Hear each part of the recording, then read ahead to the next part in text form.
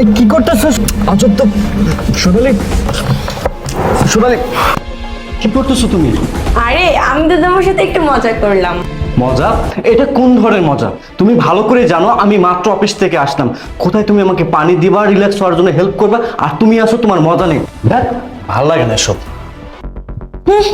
তোমার ভালো লাগুক বা না লাগুক, আমার কাজ তো শেষ হয়ে গেছে।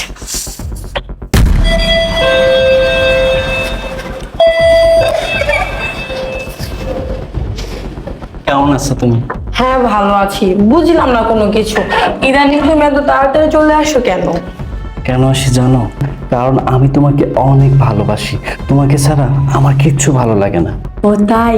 তুমি আমাকে এত ভালোবাসো? হ্যাঁ, আমি তোমাকে অনেক ভালোবাসি। আর কেন বা ভালোবাসবো না বলো?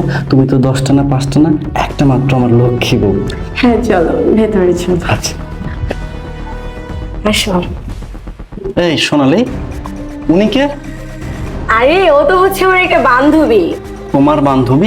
আর তোমার বান্ধবী আসছে, আমাকে একটাবার বললে না তো? আরে আমি তো বলার সময় পাইনি, আর বান্ধবী আসছে কিছুক্ষণ আগে। ও আচ্ছা, তোমার বান্ধবীর সাথে আমাকে পরিচয় করে দিবে না? হ্যাঁ দিব, কিন্তু অনেক দূর থেকে আসছে তো, রেস্ট নিতেছে, অনেক অসুস্থ, পরে ঘুম থেকে উঠে পরিচয় করিয়ে দিব। আচ্ছা ঠিক আছে, চলো। আচ্ছা আসো। বসো। সোনালি, তোমাকে দেখে মনে হচ্ছে তুমি খুব বিষণ্ণ। আরে তেমন কিছু না তো। হ্যাঁ, তেমন কিছু না তাই না? এই, এক কাজ করি, আমি অনেক টায়ার্ড, বুঝছো? আমি একটু ঘুমাতে চাই। ঘুমাবে? কোথায় ঘুমাবে? আচ্ছা তুমি একটা কাজ করো, তুমি ড্রয়িং রুমে গিয়ে ঘুমাও। ড্রয়িং রুমে ঘুমাবো মানে? এই তুমি জানো না আমি আমার বিছানা ছাড়া কোথাও ঘুমাতে পারি না? তার মানে তুমি কি বলতে চাও? আমি বলতে চাচ্ছি আমি এখন আমাদের রুমেই ঘুমাবো। আমাদের রুমে ঘুমাবো মানে? তুমি দেখতে পাচ্ছ না যে আমার বান্ধবী শুয়ে আছে? আরে সমস্যা কোথায়? তোমার বান্ধবী ঘুমিয়ে আছে, আমিও ঘুমাবো, তুমিও ঘুমাবো। দুই পাশে দুটো সুন্দরী মেয়ে, মাঝখানে আমি, কত মজা হবে বুঝছো? এই তুমি আমার বান্ধবীর সাথে কেন শুতে চাচ্ছ? আর তুমি আমার সামনে বসে বসে তুমি আমার বান্ধবীকে সুন্দরী বলতেছো? এই, তোমার বান্ধবীর চুলটা তো অনেক সুন্দর। এখন কিন্তু আসতে পারবে, রাগ করবো। রাগ করতেছো কেন? সুন্দর, ঠিক আছে, তবে তোমার চুলের থেকে বেশি সুন্দর না। যাই হোক, তুমি এখানে শুতে পারবে না, ওঠো। দেখি চুলটা। এই আশরাফ, সোনালি, এটা কি? এই, কে তুমি? এই বলো, কে তুমি? সোনালি, বলো। আরে আরে আশরাফ, আমি তো জানি না আমার বান্ধবী কি করে চেঞ্জ হয়ে গেল, আমি কি করে বলবো? এই কে তুমি? কিভাবে চেঞ্জ হয়ে গেল তুমি জানো না তাই না? এই, আমাকে কি বলত পাইছো? তুমি আমাকে যা বুঝাইবা আর আমি তাই বুঝবো। তাই তো বলি, দিনের পর দিন তোমার বিহেভিয়ার এমন চেঞ্জ কেন হচ্ছে? আমি না কোনো কিছু বুঝতে পারতেছিলাম না। আমি অনেক জানার ট্রাই করছি, অনেক বোঝার চেষ্টা করছি কেন তুমি এমনটা করতেছো। আজকে তো আমার চোখের সামনে সবকিছু ক্লিয়ার হয়ে গেল। তুমি কি ভেবেছো দিনের পর দিন আমাকে তুমি ধোঁকা দেবে, আমার বিশ্বাসের সাথে খেলবে, আর আমি কিচ্ছু জানতে পারবো না, কিচ্ছু ধরতে পারবো না? আফসোস, তোমার এই চিন্তাটা ভুল। আরে উপরে একজন আছেন, তিনি সবকিছু দেখছেন, উনি সবকিছু শুনছেন, তিনি অন্যায় কখনো সহ্য করেন না। বাইরের লোক আমারে অনেক বলছে, অনেক বুঝাইছে, তুমি অন্য একটা ছেলের সাথে পরকিয়া করতেছো। আমি বিশ্বাস করতে পারি নাই, কসম আমি বিশ্বাস করতে পারি নাই। কেনই বা বিশ্বাস করব? কারণ আমি তোমাকে অনেক ভালোবাসি। এমন একটি দিন, এমন একটি ঘটনা আমার লাইফে আসবে আমি কখনো কল্পনা করতে পারি নাই। এই, আমি এত এত পরিশ্রম করতেছি কার জন্য? সারা দিন রাত আমি ডিউটি করতেছি শুধুমাত্র তোমাকে ভালো রাখার জন্য। তোমাকে ভালো রাখতে গিয়ে আমি 10 টাকা অপচয় পর্যন্ত করি না। কেন করি নাই? কি জন্য করি নাই জানো? কারণ আমি ভেবেছি আমি যদি 10 টাকা খরচ করি, এই 10 টাকা যদি থাকে আমাদের সংসারে অনেক কাজে আসবে। আমি পায়ে হেঁটে অফিসে যাই, পায়ে হেঁটে অফিস থেকে আসি, আর তুমি কি না আমারই বাসায়, আমারই খেয়ে, আমারই পরে লীলা কীর্তন করতেছো। এই, তোমার কি একটু বিবেক নাই? তোমার কি একটু মনুষ্যত্ববোধ নাই?